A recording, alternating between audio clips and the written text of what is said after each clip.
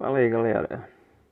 Estou aqui no meu cantinho de novo, fazendo uma breve reflexão e vou falar hoje sobre uma coisa muito interessante que são as convicções, né, que cada um tem.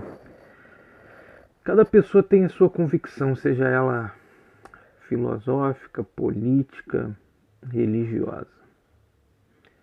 O que eu acho interessante é que em todo esse contexto aí, né, eu abordei aí nos últimos dois vídeos sobre até essa questão da postura do presidente, como ver a questão da saúde pública, da minha mudança de posicionamento. Mas, e aí, algumas pessoas que me conhecem até me abordam e tal, e tentam me fazer mudar de opinião. Não tem nada de mar nisso, até porque eu tive uma mudança de opinião nessa questão política e vou, né, exercê-la como de direito, ou seja, todo mundo tem o direito de mudar, de reconhecer que tomou um posicionamento que agora não quer mais, né, tê-lo, quer ser diferente, quer melhorar, ou que errou e agora quer acertar. Isso é direito, né, liberdade de cada um. E quando eu falo de convicções é justamente em questões, por exemplo, políticas e religiosas, a gente vê muito isso, né? Quando você tem uma convicção, seja ela filosófica, né? Ou seja, um modo de viver, quando você tem uma convicção religiosa, algo que você crê, se você crê em Deus ou se você não crê, né? As pessoas tendem, ou então mesmo política, né? Você adere a um determinado partido, a um determinado candidato, uma postura filosófica e de orientação política daquele partido, daquele candidato, as pessoas têm, é lógico, um hábito até certo ponto saudável de querer te convencer da opinião delas. Mas até onde isso é válido? Primeira coisa é que a partir do momento que eu tenho a minha convicção, e pelo próprio nome, né, convicção é algo que é irrefutável para mim. Não vou ser contra alguém pensar diferente ou ter uma convicção diferente. Mas algumas vezes eu me deparo com algumas situações, né? Por exemplo, politicamente, você querer convencer que a postura do presidente, por exemplo, em relação à saúde pública, a questão da liberação, ou de dizer que a coisa não era bem assim. E algumas pessoas vêm com fatos, com argumentos de que é um complô, né? E eu acho muito engraçado isso porque é um complô do mundo inteiro, né? As pessoas estão morrendo pelo mundo, é um complô do mundo inteiro contra o nosso presidente. Então chega a ser inocente essa colocação, né? A pessoa não querer enxergar por todo. Mas não é esse o assunto. Né? Na questão religiosa, por exemplo, a pessoa, vou citar aqui uma postura minha atual, que é quanto à declaração do ateísmo. Né? A pessoa que crê, por exemplo, né, tem a sua convicção religiosa, seja numa religião, seja num Deus qualquer, né, ela, obviamente, algumas até por uma questão de obrigação religiosa, como você vê no caso dos testemunhos de Jeová, por exemplo, né, batem a porta das pessoas sempre, isso aí até tido aí como uma certa incômodo aí pela sociedade, as pessoas criam memes, vamos supor, sobre isso aí, fazem piada. Mas é assim, o cara tem aquela convicção que ele deve levar aquela mensagem, que aquela mensagem é a mensagem do bem, e que ele vai fazer o bem ao outro se fizer com que essa pessoa tenha um encontro com aquele seu Deus. Mas a partir do momento que eu me colocando como ateu, digo para essa pessoa que eu tenho uma plena convicção, né? Eu não estou falando aqui só do que eu citei, testemunho de Jeová, não. O cristão em termos gerais, seja ele católico, evangélico ou de outra seita qualquer, ele tem outra denominação religiosa, né, qualquer, ele tem essa convicção de que a mensagem dele, do bem, do Deus dele, deve ser levada a outras pessoas. Mas se eu chego diante de uma pessoa que simplesmente se declara convicta de que não há Deus, o que eu posso mais dizer para essa pessoa se dentro dela há uma convicção? Eu não tenho que falar mais nada. Eu tenho que simplesmente aceitar que essa pessoa declarou para mim, olha, a minha convicção é do ateísmo. Aí as pessoas começam a fazer questionamentos a respeito, mas quem criou o mundo? Aí que o mundo não foi criado? Por que toda essa grandiosidade vai ser criada por um poder do nada, vai surgir do nada? E eu começo a ver, entender que na realidade as pessoas não têm certeza das suas convicções, ou seja, não são realmente convicções. E a partir do momento que não são realmente convicções, ela mesmo começa a se questionar e dentro do seu questionamento ela na realidade tenta convencer uma outra pessoa da sua convicção religiosa, da sua crença num determinado Deus, e é lógico, ela vai se sentir reconfortada a partir do momento que ela conseguir convencer aquela pessoa que a sua crença religiosa, que o seu Deus realmente existe e que ele é detentor do poder do bem, vamos dizer assim, e que vai fazer um bem para aquela pessoa, né? E isso sem falar nas questões outras mais profundas, né? De achar que quem não tem a religião tem o mal, quem não tem o seu Deus é uma pessoa do mal, quem não tem a sua crença religiosa ou não tem uma crença no seu Deus é uma pessoa que vai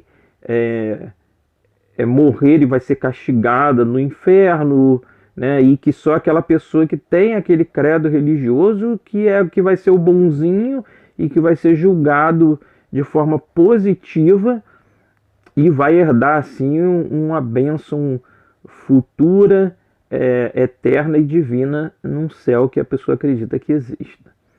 Então é até em determinados pontos desrespeitosa essa postura, não que a pessoa não possa debater de forma ali isenta, né, tentando explicar para pessoas suas convicções, e eu sempre aceito esse debate de forma tranquila com quem quer que seja, mas eu explico que a minha convicção é convicção realmente.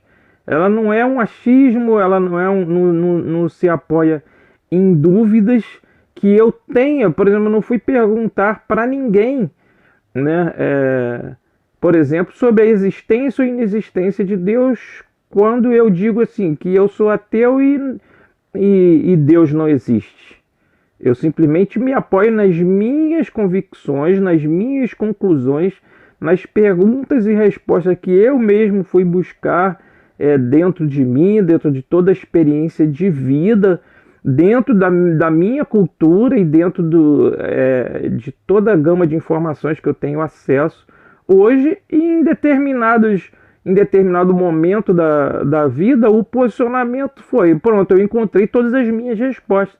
E quando você encontra as suas respostas, você não precisa perguntar nada a ninguém, a não ser que você tenha alguém como sendo uma pessoa mais sábia, e sempre há pessoas mais sábias do que a gente nunca é detentor de toda a sabedoria. Eu tenho dúvidas em muitas coisas em minha vida que eu me recorro a livros, eu me recorro a uma pesquisa séria na internet, ou vou até mesmo até pessoas que sabem mais do que eu sobre aquele assunto para tirar minhas dúvidas, né? E hoje em dia até pela internet e tal, a gente tem pela rede mundial grande acesso a grandes bancos de dados sérios, sites idôneos que você pode ter, ou então até livros, literatura especializada sobre os mais diversos assuntos que você pode ter as suas respostas.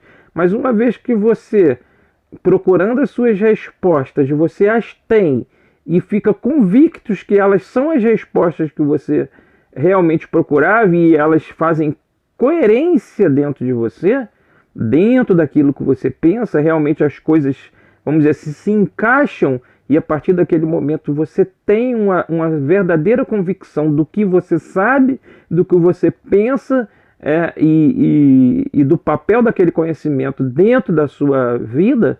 Acabou, não tem, eu não preciso perguntar para ninguém.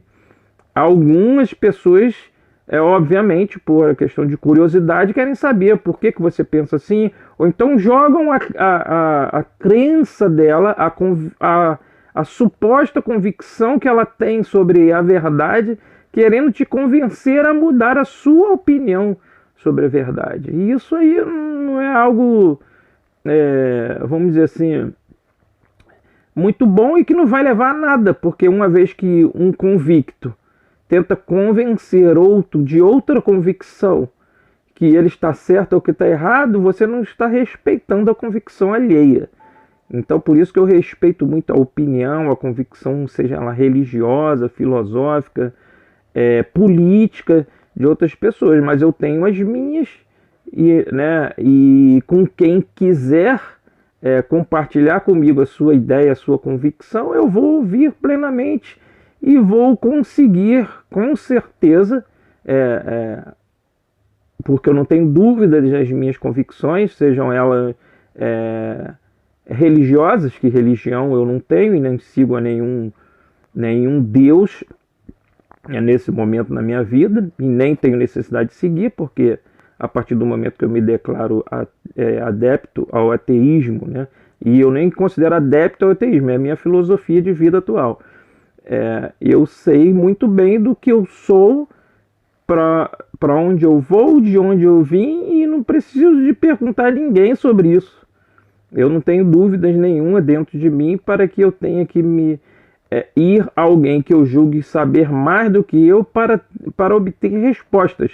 Só se eu tivesse dúvidas quanto a esse assunto, e quanto, por exemplo, a minha orientação política hoje, que é de rechaçar atitudes autoritárias e sem ética, e sem moral, e sem sabedoria, por exemplo, da atual orientação política do país, no qual eu voltei e cometi uma falha, um erro, e que voltei atrás e agora procuro uma orientação diferente. Então, se a pessoa ainda endeusa e vota, né, no candidato e acha que é a solução lá de Deus, como alguns me declaram, né, para o Brasil, beleza, tranquilo, continue com a sua convicção de que o seu Deus está preocupado com isso e achou o presidente perfeito para salvar a nação.